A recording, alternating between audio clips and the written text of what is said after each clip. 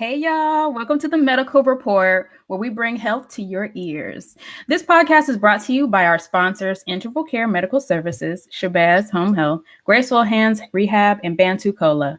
Our podcast hopes to help the community learn more about health, but we do have a disclaimer that all medical advice shared here is not an adequate means to diagnose or treat you.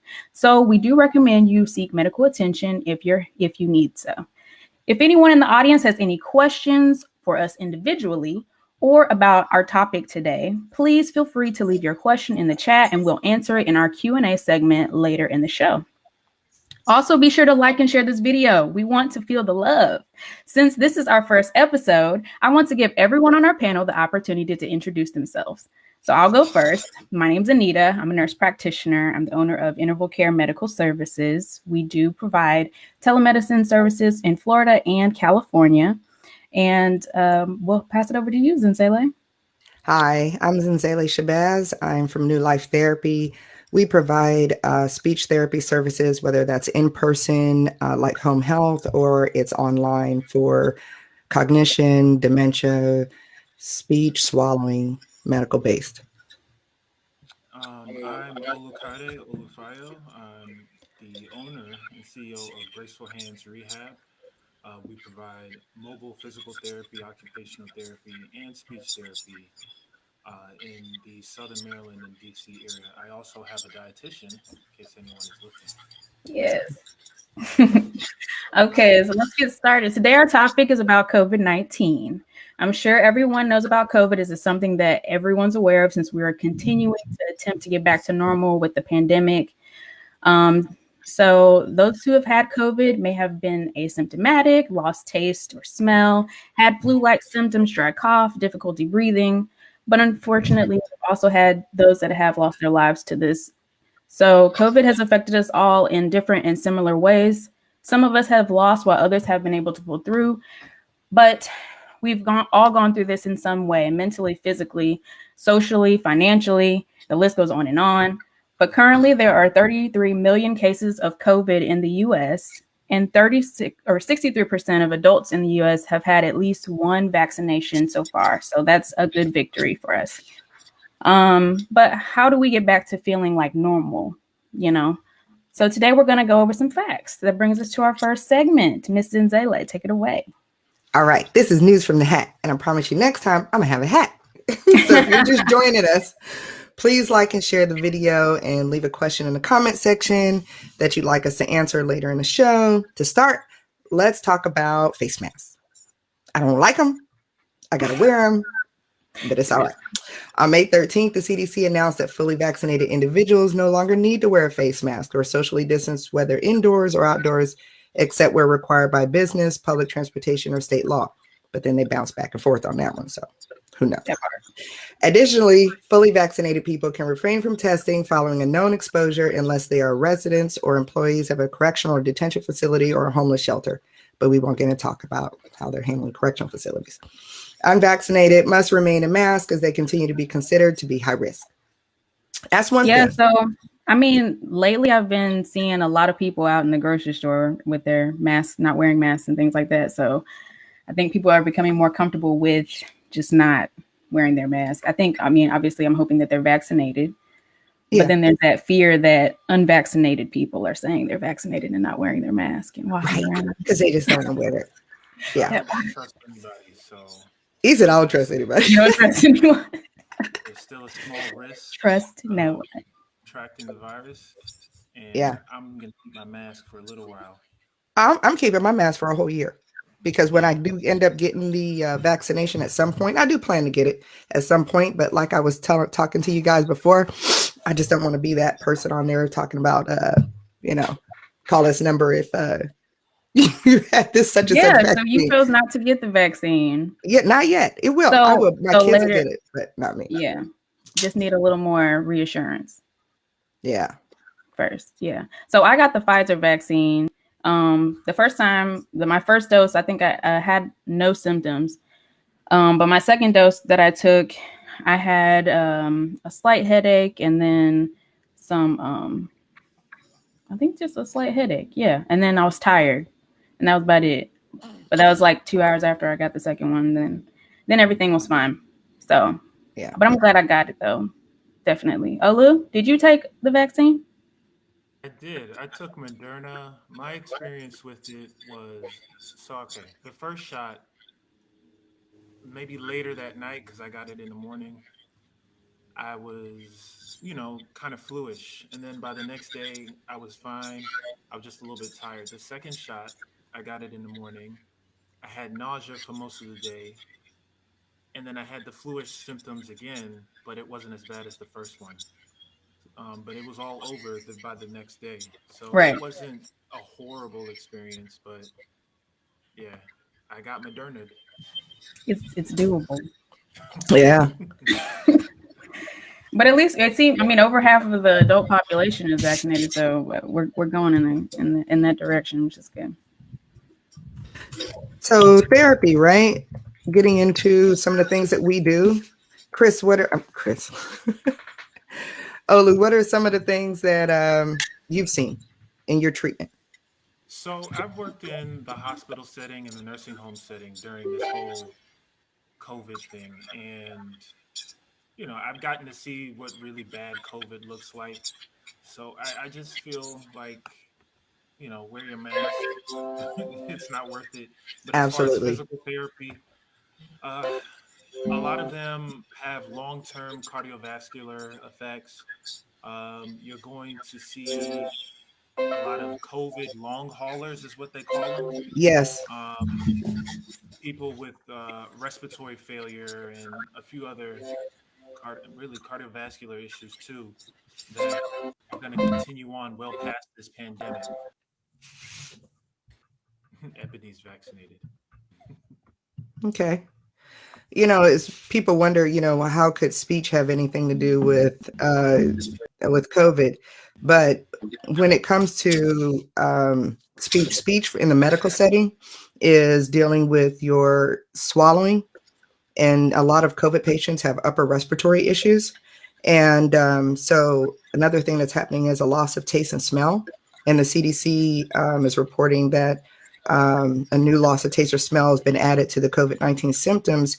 And now early data from recovered patients is showing that many may not actually recover those senses. I was talking to a lady in a nail shop, believe it or not. I was talking to a lady in the nail shop. Usually you recover after 2 weeks, but you can actually not recover from having your loss of taste and smell. So Yeah, there are certain things that she can't. Yeah. Yeah, there's studies out that actually say that even patients after they have done the recovery period, they're having symptoms up to like 3 to 4 months after, and they're calling it like the COVID, continuation or long-term effects basically of COVID. So, the long haulers, yeah. Right. There's some people that have had it, they had a lot of respiratory issues during the actual having the virus, but then they continue to have that afterward, even after they recover. So Catrice Johnson has a question. She says, I haven't been wearing my mask because I did get the vaccination, and they said if I got the virus, I would be less likely to die. Is that true? And why are medical professionals not getting the vaccine? I would say, to answer at least the first part of her question, she's following exactly what the CDC says.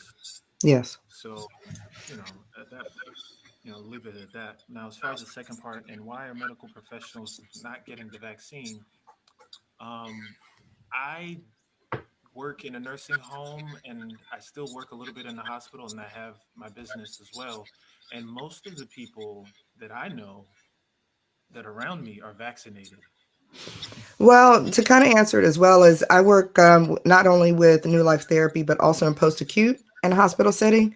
And a lot of people may not know this, but they're not required. Mm-hmm. It's their personal choice. Before COVID came along, medical professionals could choose to have a flu vaccine or not have it. So they're doing the same thing with COVID. Yeah, right now there's so many unknowns with the vaccine, so it's hard to mandate that. But I do know that I think they recently actually came out to say that companies now are able to mandate people to have the vaccine in their companies. So, I guess it just depends on where you work too, whether or not they're going to allow you to have that basically freedom, or they're going to say, look, you work here, you have to have this vaccine. And then if the CDC did say that you can walk around without your mask in an indoor or outdoor space if you've been vaccinated, but you also have to be mindful that you should still be social distancing as much as possible. So even if you're in a space with other people, you need to be mindful of how close you are to people, because that contact, depending on the vaccine you got, the Pfizer and the Moderna, you have a 5% chance of still contracting the virus. Very low percentage, but it's still there. Yeah. So yeah, the lady was sitting close to me in the store the other day. I was like, back up. Yeah, exactly. I'm like, I need them 6 feet though. Let me get those 6 feet. Right. And then, I feel weird because right now I have a cough, and so I have to take a COVID test every week where I work at Post Acute. So I took my COVID test and it came out negative and everything. But then I'm around people. I'm like, oh, I can't go out to eat. I'll cough. Yeah, it's sad. We can't have a cold. Right? Because then it's like, wait a second, what do you have? Yeah. A cough could be anything. I mean, there are other things around that were existent before COVID. So yeah, it's always just hard to contact. Right? That part. Teresa Garcia Sandoval said, what are your thoughts on the vaccination for children under 12? And has there been talk with how soon this will come out? So kids under 12, so far, there isn't anything on that. So on May 17th, over 600,000 kids had received their first dose of the Pfizer that were aged 12 to 15. And June 3rd, as of June 3rd, 5.8 million teens have received at least their first vaccine dose. But on the other hand, CDC study stated there's been an increase in hospitalizations of patients that are 12 to 17-year-olds. I don't really know if there's anything so far as recommendations of when they're actually going to release the vaccine for the younger ages. But hopefully it'll be in works once we have a little more realization of how it is with the 12 to 17 crowd first. Yeah. Dixon House says, I'm in recovery and I continue to have symptoms. I go through phases of feeling fine and then having symptoms. When those symptoms, chills, body aches, etc., arise, should I quarantine again? So if you're having symptoms again, it may be wise to get tested again, but I guess it would kind of be difficult to tell since you just recently had the virus. Because sometimes people will test positive longer than 10 days after. But they usually will say once you've had the virus, 10 days later, you should be good to go. But I mean, that's how you're supposed to quarantine, at least until your symptoms are gone and your fever's gone and all that stuff. Yeah, I agree. I'll say this: I've had COVID in the past, and my experience was that even after the 2-week quarantine, you still had a few symptoms, but they weren't as serious as when initially the symptoms came up. So it's tough to say. If I could have taken a little bit more time off, because I don't want to infect anybody, I would probably take it more time off. But I was like, I'm well outside the 2 weeks, and I still made sure I kept my distance from people, and I was really vigilant about like washing my hands, and I would go eat my lunch in my car and those sort of things. So I don't know. I mean, I think that if you're still having symptoms, it like we've talked about earlier, it could just be that post-COVID symptoms that you continue to have. I feel like if you begin to have more symptoms on top of those, then that may indicate you may be reinfected. So then that may be wise to quarantine. Catrice Johnson said, I got the Johnson & Johnson vaccine right before the announcement of there being a problem. Should I be concerned that my batch was bad? Oh, unfortunately, right now, there's no way of really knowing. Yeah, exactly. I don't think that there are any bad batches. It's just that there are people that are more prone to the clots. That's really what it is. So I think, what was it, 9 women out of like 7 million people? Yeah. It was a small amount of people that ended up getting those. That was very, very. There may have been a predisposition to something that, they had to make a change to.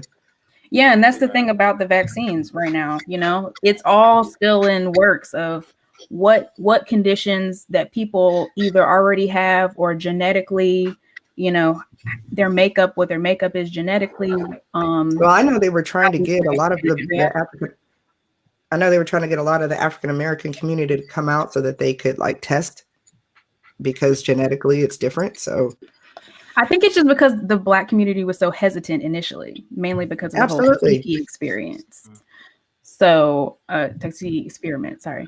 So it's like, you know, everybody was kind of hesitant initially because they didn't want to be the guinea pig.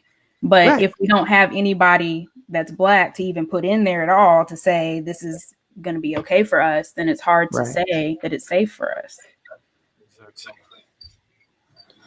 But as with the J&J vaccine, it was restarted on April 23rd after that mandatory hold they did for a week. And the FDA did the whole investigation on it. And now all they did when they restarted it was they basically placed a new warning saying that it has a risk for rare serious blood clots in women that are under 50, because those were mainly the women that were found to have those clots. Gotcha. Yeah. Well, in post-acute, what they're doing is when you come out of the hospital, if you haven't been vaccinated, then they'll quarantine you. They quarantine you for 14 days in a bubble of plastic around. I feel bad for them because it's not that they have it. It's just they don't know if they have it. So they can't mix with the general population. So if you have family members that are in post-acute, you're probably not able to see them right now, but yeah. So, Olu, do you have that fact of the day? I do have that fact of the day. Anita Zenzele, did you know that COVID-19 antibody titers? Come on, let me get it out. COVID-19 antibody titers are 10 times higher among patients that have had the vaccine versus those who have previously been infected by the virus. Also, those who have had COVID-19 must wait 90 days before they are able to get the vaccine. All right. I waited my 90 days before I got Moderna. I've been fine ever since. My suggestion, please go get vaccinated so we can get back to normal. Right. So I kind of wonder, Olu, when you got COVID, did that kind of sway your decision to go ahead and get the vaccine? It did. I was skeptical in the beginning, like a lot of people. And then this was around the same time that I started working in the hospital, and I got to see what really severe COVID looked like. And then I got COVID, and I kind of felt it. It wasn't like the flu for me. I had the shortness of breath. I had everything. Even my daughter got infected. My wife got infected. So I knew that the next time that the vaccine was available for me, you're like, I'm going for it. I'm going for it. I'm like, I don't want this ever. Done. Yeah. We're just like quarantining in our own way. We're like, staying away, wearing our mask, all of that. And I don't know. Once I get more comfortable with how this is, how it's being rolled out, even when I'm vaccinated, I'll still do the same thing. I'm still going to wear I'm the same. I mean, I'm vaccinated and I definitely wear my mask. Sometimes I double mask if I feel like I need to. I'll be like, hang on a second, let me get this surgical and this cloth one. Okay, we're good. It cracks me up for the people that have the face mask. The people that have the face mask and then this mask and then the glasses. They got all three combo. Everything. I'd be like, nah, it's not coming over here. Yeah. What gets me are the serial killer masks at the grocery store. Oh. Right? Where it's just like I'm like, come on, man. In any other circumstance, that would be scary. You walk through the door. Absolutely. Right. It is what it is. All right, so we're gonna go ahead and go to our Q&A session, even though we've kind of been Q&Aing through this segment. Yeah. All right. Anybody got any questions out there? If not, I have some things we could address probably. So until y'all start chatting, let's see. What do I do if I lose my vaccination card? Ooh. So if you lose your vaccine card, check with your local county health department. That's a good start because when you go and get your vaccine, you're going to go and they're going to be registering you in this whole system anyway. So the county health department should at least have your information, and they can give you like a paper printout that you can take with you. It may not be another card because I know they're trying to decrease that whole duplicate card situation because they don't want fake cards going around anywhere. I can see people now with their little fake cards. It's probably already happening. Oh, for sure. And yeah, the county or the hospital where you got your vaccine should have a record and should be able to give you another card. Okay. Yeah. Exactly. Yeah. Don't go print a fake card. No one prints a fake card. You know they will. You know they will. You know folks are printing cards. You know? Oh. Went to a pharmacy, Chris asked. What about if you went to pharmacy? So even if you go to a pharmacy, they still have to register you. Because like whenever you get your vaccine and all that stuff, they register you in this database. That's even when you take a COVID test. Like when you go get your rapid tests and stuff, you get registered in the database. Yeah. Wherever you got they it, follow you. Give you a record of the fact that you got it there. Mm-hmm. Yeah, you can get some type of documentation, paperwork or something. And then like just think, if you had your vaccine card, take a picture of it in your phone. Or make a scanned copy and put it in your email. You know, that way if you do lose it, you at least have some type of backup. Or even tell your doctor's office. If you went to a pharmacy, go to your doctor's office and let them know you got your vaccine so that they can document it in their system as proof. Something. Or you can say, why are you worried about it? Back up. Give yourself some backup options. Something. Some back alley. You're not going to get a card. So. They marked on my vaccine card. They marked my vaccine number 1 twice. I don't know. Girl, just mean you special. I mean, I don't see why they would do that. But I mean, if it's on there, they actually end up writing the lot number too. So I would think the lot number should probably be different. So if there's 2 different lot numbers, which is the kind of the identifier for your actual vaccine, because they keep track of those too. Because if you have all these symptoms, they go back and see, oh, you had this lot number, was that a bad batch? And then that's how they track it. So I would think that they would have different lot number on your car, which could help indicate that it's a different one than the first one. So hopefully you should be good. I think you're good. Chris Hendricks said, what's the difference between the rapid COVID test and the PCR? I have an answer for Chris. So I've taken both the rapid and the PCR test. The PCR test is the one, I guess, depending on which stick they give you, they can stick it all the way back in your nose. Right. Or they can do the thing where they kind of just rub in there. That's the one where they send off to a lab and they test to see if you have COVID. That's, I know for a fact, is more accurate than the rapid test. The rapid test is exactly what it sounds like. It's a rapid test. You're going to get an answer fast. I just know that there's a higher rate of like false negatives or false positives. I want to say it's false negatives.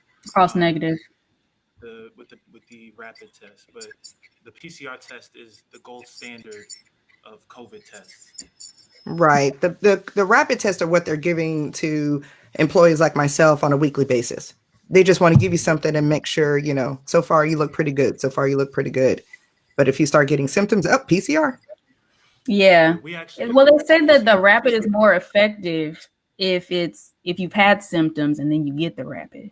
But if you take the rapid and you still have symptoms and then you take the rapid and it's negative, then they recommend that you take the PCR because that one's more accurate. They test different things. So the rapid will test like the proteins of the virus, and then the PCR tests the RNA, which is like the genetic material of the virus.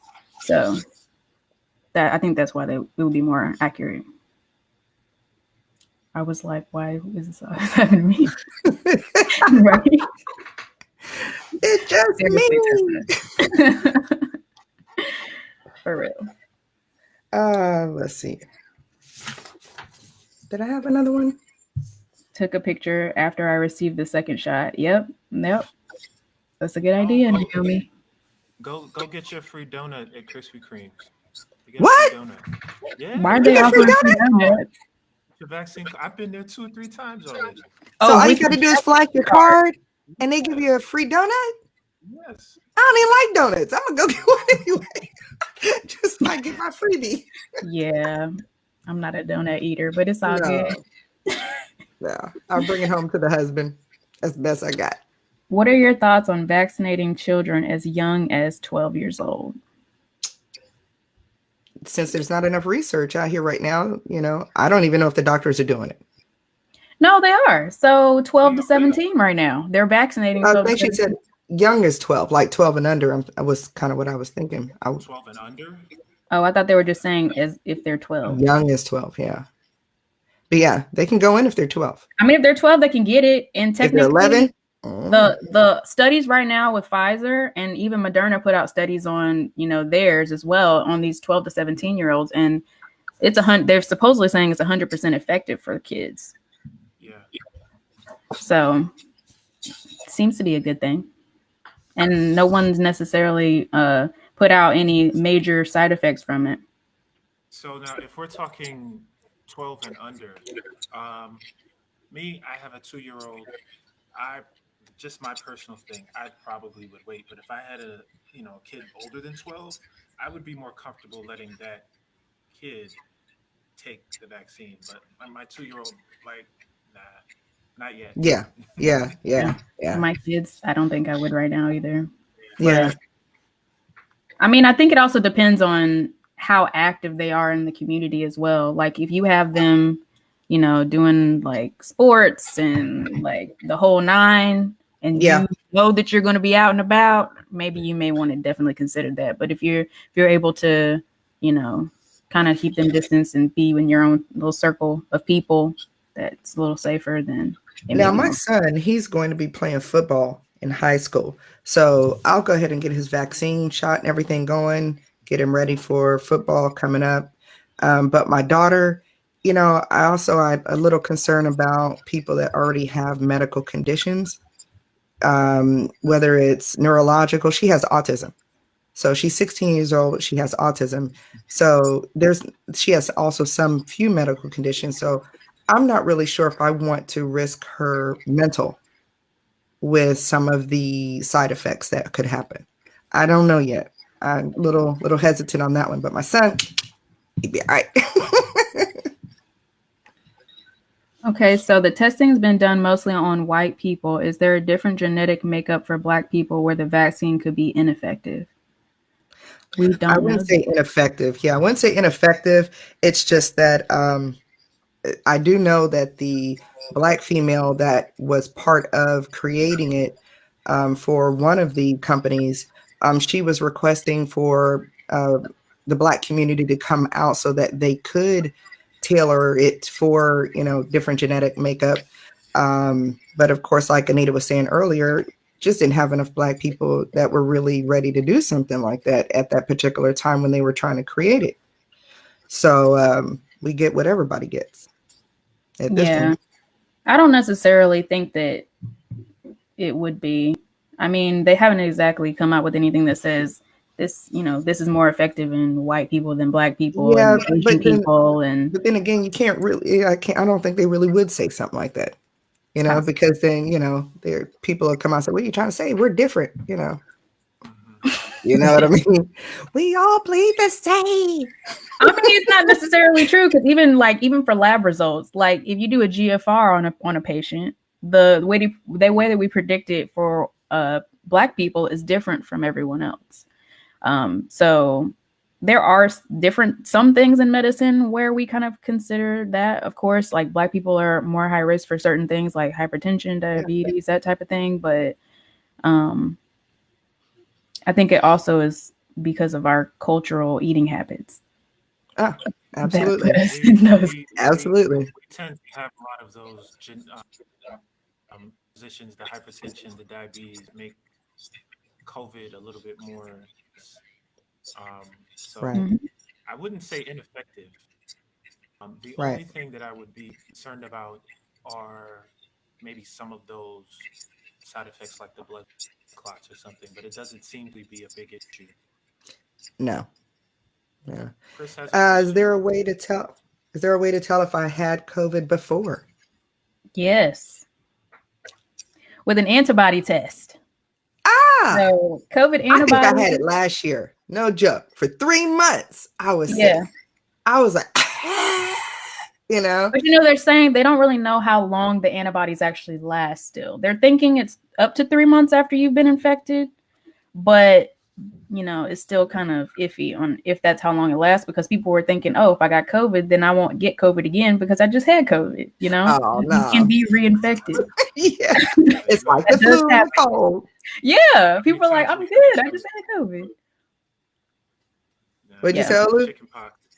I was saying, Right. think of how many times you probably had the flu. It's not like chickenpox where you get it once and you're done for the rest of your life. Mm-hmm. I mean, And COVID she was. antibodies are measurable 7 to 14 days after you get your onset of illness. So that usually should be around the time where, so if you get sick and then you go test your antibodies right then, it's probably not going to show up. So you got to wait at least a week or two. Yeah, but if you're someone like me where you were sick a long time ago, like November of last year, when my doctor said, oh, there's this new virus, but we're not really sure what's going on. And then 4 or 5 months later, they're like, COVID. And I'm like, Yeah. 2019. Yeah, 2019. Right. So don't go get your antibodies test now is what I'm trying to say from being sick a year ago. Yeah, it's not going to show up. It's not going to show up.